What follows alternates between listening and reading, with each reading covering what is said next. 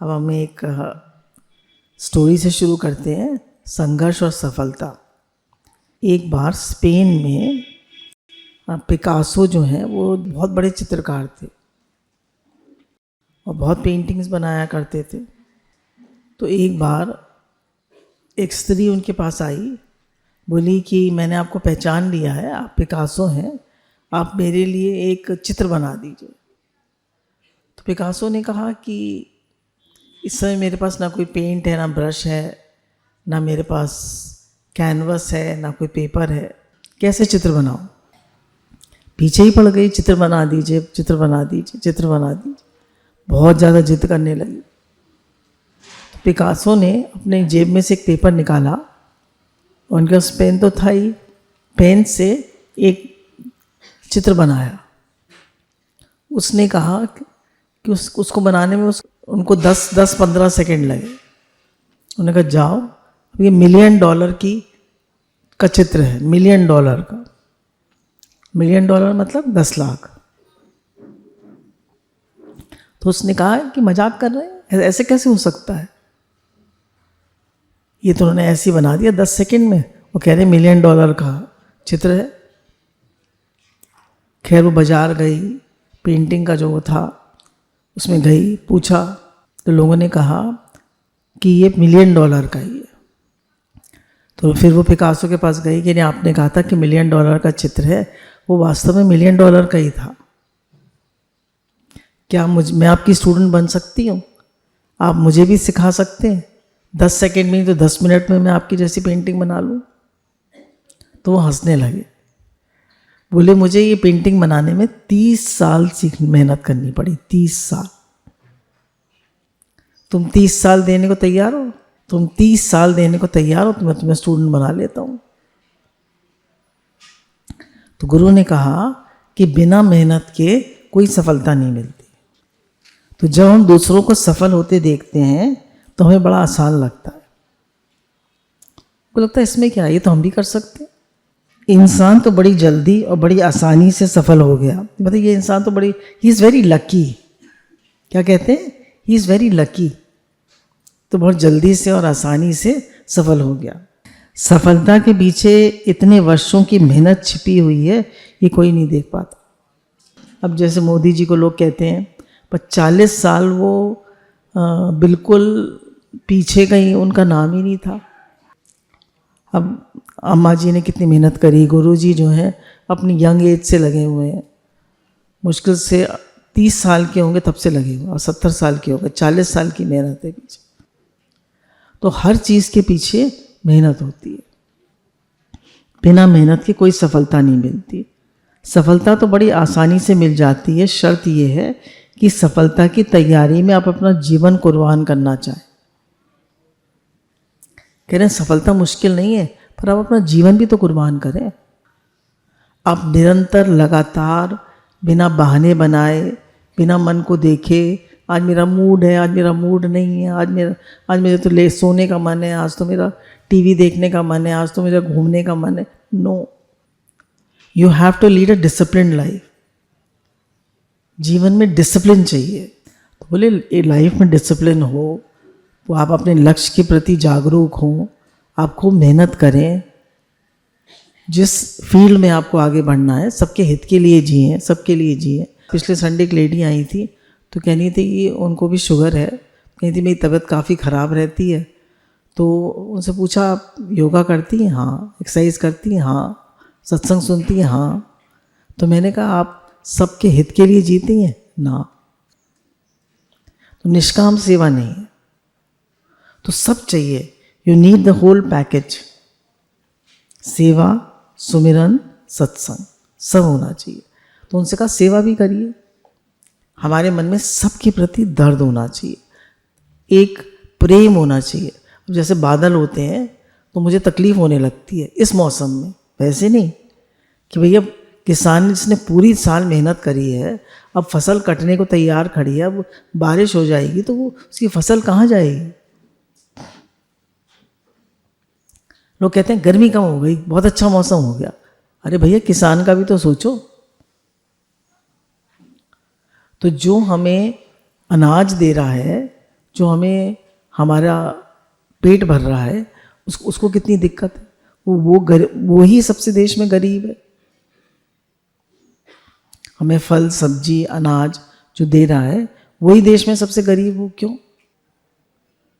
जो हमें रोटी दे रहा है, हम खाली पैसे दे के ले आते हैं, उसने जो पूरे साल मेहनत करी वो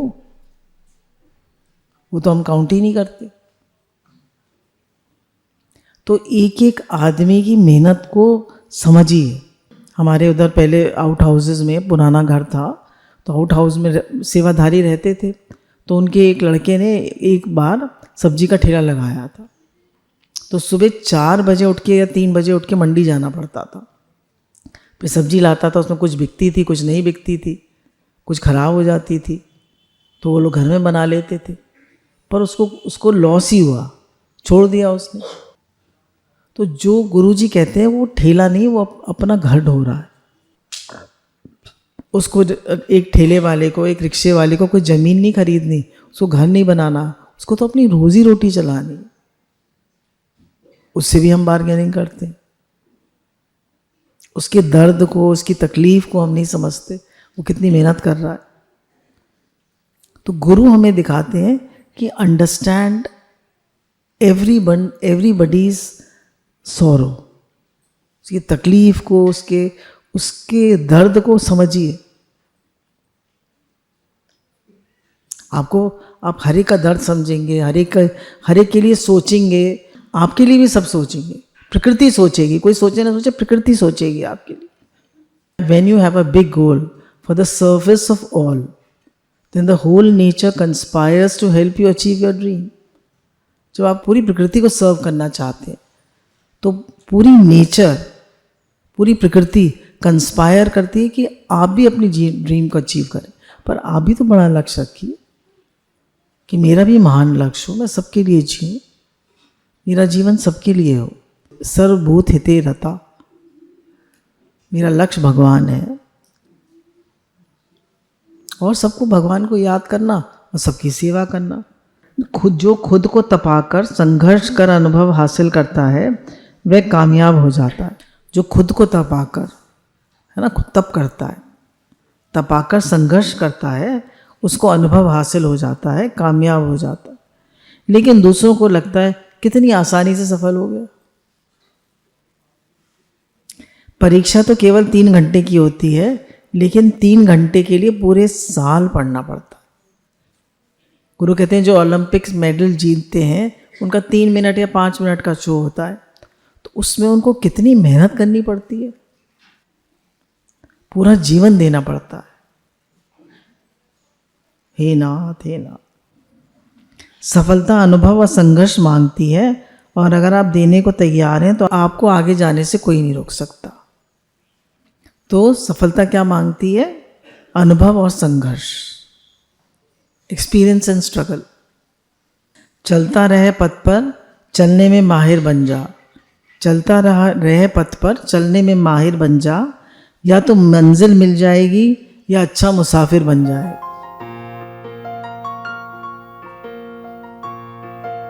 एक संत जो हैं स्वयं अपना पैर जो है जंजीर से बांध लेते थे और कुएं में लटक जाते थे और कृष्ण का ध्यान किया करते थे। तो कहते थे कि जंजीर टूटेगी, मैं गिरूंगा, कृष्ण मुझे तान लेंगे। तो कई सालों से तपस्या कर रहे थे। गांव के लोग उनको बहुत मान सम्मान देते थे, उनके तप की बहुत कदर करते थे। तो एक बार एक आदमी ने कहा कि ये संत इतने सालों से कर रहे हैं, मैं भी करके देखता हूँ। तो उसने एक रस्सी से अपने पैर को बांध लिया और उल्टा कुएं में लटक गया और भगवान का ध्यान करने लगा। अचानक उसकी रस्सी टूटी और कृष्ण ने उसको पकड़ लिया और उसको दर्शन दे दिया। बोलिए सच्चिदानंद भगवान की जय। तो उसने कहा कि अरे वो संत तो इतने सालों से तपस्या कर रहे हैं और मैंने तो आज ही तपस्या करी थी, कुछ ही दिनों से तपस्या करी थी। तो बोले तुमने एक साधारण रस्सी से अपना पैर बांधा था, तुम्हें मुझ पर ज़्यादा विश्वास था, रस्सी पर नहीं। और उसने जंजीर से अपना पैर बांधा, लोहे की जंजीर से। तो उसे किस पे ज़्यादा विश्वास है? जंजीर। उसे जंजीर पे ज़्यादा विश्वास है, मुझ पे नहीं। तो बोले समय काउंट नहीं करता, आपकी कितनी शरणागति है, आपका कितना भगवान पर विश्वास है, कितना आपका समर्पण है। कोई एक दिन में भगवान को प्राप्त कर सकता है? जब स्वामी विवेकानंद आए स्वामी रामकृष्ण परमहंस के पास, तो स्वामी विवेकानंद को बहुत ज़्यादा पसंद करते थे स्वामी रामकृष्ण परमहंस। तो लोगों ने कहा ये तो आजकल अभी नया है, हम लोग तो इतने साल से लगे हैं। पर आज और कल की बात नहीं है, कितना डिवोशन है अगले का, कितना समर्पण है, कितनी मेहनत कर रहा है वो।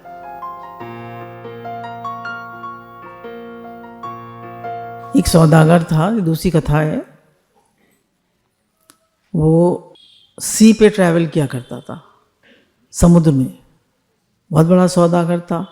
तो लोगों ने उससे कहा कि भाई तुम सी पे ट्रैवल करते हो तो तुम स्विमिंग सीख लो, तैरना सीख लो। बोला मेरे पास टाइम ही नहीं है।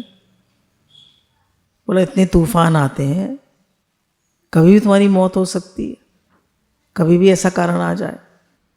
तो वो नहीं मानता है। तो फिर लोग कहते हैं कि ये तैराक बहुत अच्छा है, 3 दिन में तुम्हें तैरना सिखा देगा।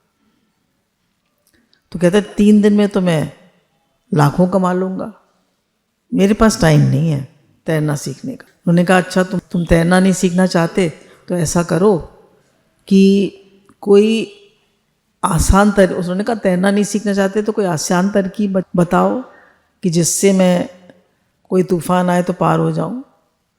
तो उन्होंने कहा अच्छा ऐसा करो कि 2 खाली पीपे रखा करो अपने पास, है ना, तुम पीपों में ही अपना सामान लाते, पुराने ज़माने की बात है, तब टायर ट्यूब नहीं होते होंगे। तो ये खाली, उन्होंने मुंह बंद खाली पीपे 2 रख लिए। उन्होंने कहा कि इनको पकड़ लेना, पार हो जाओगे। अब तूफान आया, पूरा जो क्रू था तो कूद गया, सबको तैरना आता था, उसको ही नहीं आता था। तो अब उसके सामने 4 पीपे रखे थे, 2 तो सोने की भरी मोहरों से और 2 खाली। किसको लेके कूदे? किसको लेके कूदे?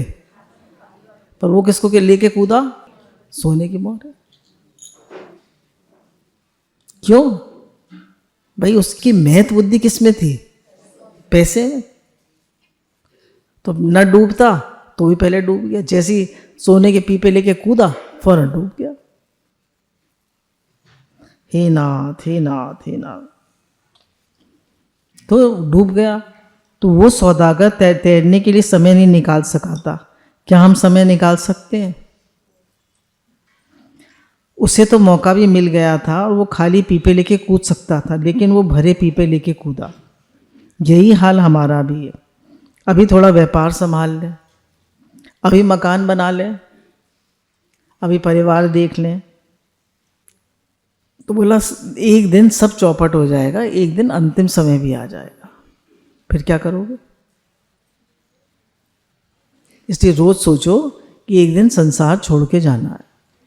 मैंने क्या तैयारी करी?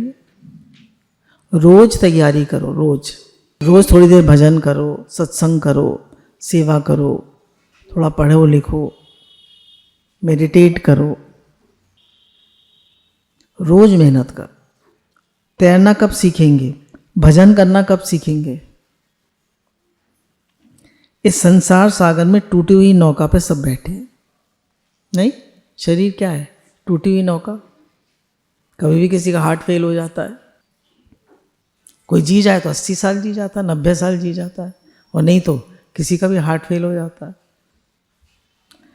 तभी संत महात्मा पुकार के कह रहे हैं लेकिन हमारे पास समय नहीं है। बोले जब लोग आते थे तो पूछते थे क्या हाल है, और अब क्या कहते हैं? राम नाम सत्य है। लास्ट में क्या कहते हैं? राम नाम सत्य। और जीवन जीते जी हमने सत्य किया, जीते जी सत्य किया। लास्ट में सब लोग क्या कहेंगे? जब ले जाएंगे हमें, इस शरीर को ले जाएंगे तो क्या कहेंगे? और जीते जी बेटा बेटी सत्य है, व्यापार सत्य है, घर परिवार सत्य है, यही कहेंगे। हम ये नहीं कह रहे आप घर मत देखिए, काम मत करिए, पढ़िए लिखिए नहीं, बेटा बेटी को मत देखिए, खूब देखिए, सब काम अच्छे से करिए, पर भगवान को भी याद करिए। अब छोटे बच्चों के लिए तो ये है कि भगवान को हर चीज़ में प्लस करते जाइए, भगवान को ऐड करते जाइए। बच्चे बैठे हैं, देखिए 10, 12, 15, 18 साल के बच्चे भी बैठे हैं, छोटा बेटा भी एक बैठा है, और 80 साल के, 90 साल के भी बैठे हैं। तो छोटे बच्चों के लिए अपने काम को खूब मेहनत से करें, पर भगवान को हर चीज़ में ऐड करते जाए।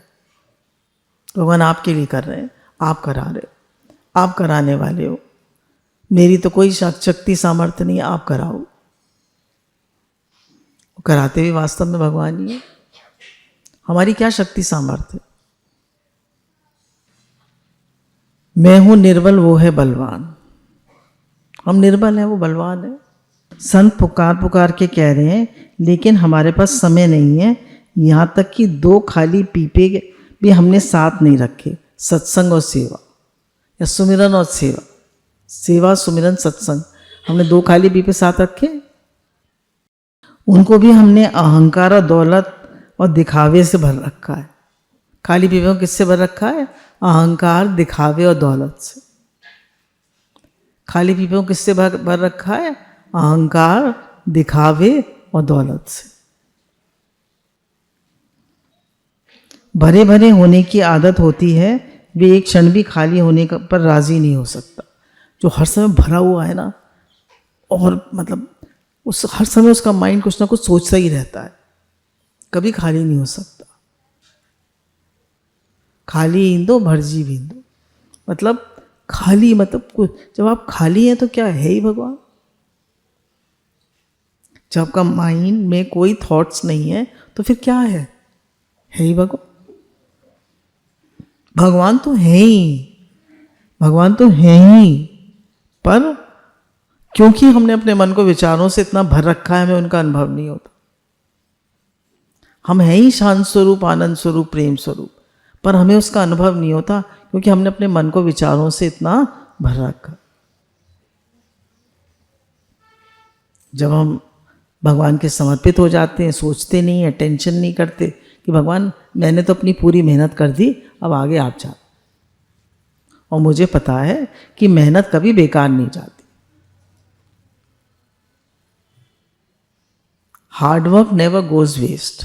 बच्चे जब बहुत मेहनत करते हैं और डिसअपॉइंट होते हैं तो कहते कभी नहीं कर, मेहनत कभी बेकार नहीं जाती। यहाँ नहीं तो कहीं और काम आई, काम ज़रूर आई, मेहनत करो। भगवान के भजन के लिए भी हमें समय निकालना है ना। भगवान के भजन के लिए भी हमें समय निकालना है। थोड़ी देर बच्चे जो भजन नहीं करना चाहते, मतलब नाम जप नहीं करना चाहते, वो मेडिटेट करें। बच्चे हैं घर में, 2 आए हुए हैं, तो उनसे यही कह रहे थे कि सुबह उठकर सबसे पहले फ़ोन मत देखो। सबसे पहले सुबह उठकर एक ग्रैटिट्यूड प्रेयर करो, भगवान का शुक्राना मानो।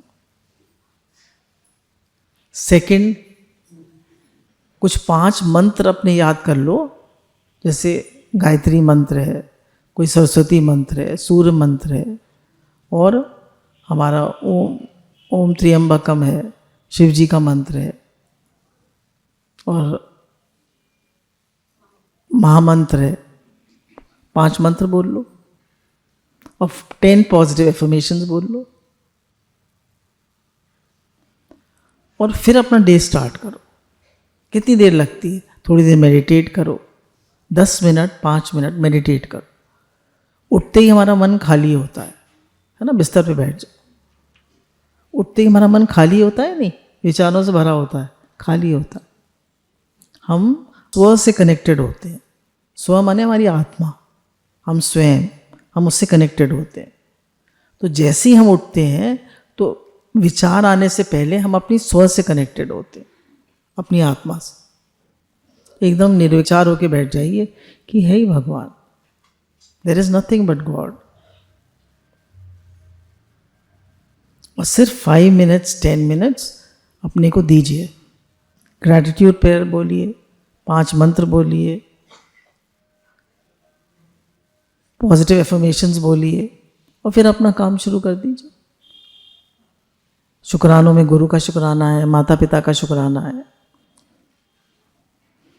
पूरी प्रकृति का शुक्राना है, गुरु का शुक्राना है, टीचर्स का शुक्राना है, सबका शुक्राना है। शुक्राना is a very high vibration. शुक्राना मतलब attitude of gratitude, it is a very high vibration. तो जो हमेशा शुक्राने में रहता है, हमेशा शुक्राना मानता रहता है, वो हाई वाइब्रेशन में रहता है। और जो शिकायत करता रहता है वो हमेशा लो वाइब्रेशन में रहता है। तो कभी किसी को ब्लेम ना करें, कंप्लेन ना करें, शिकायत ना करें, शिकवे ना करें, हाई वाइब्रेशन में रहें।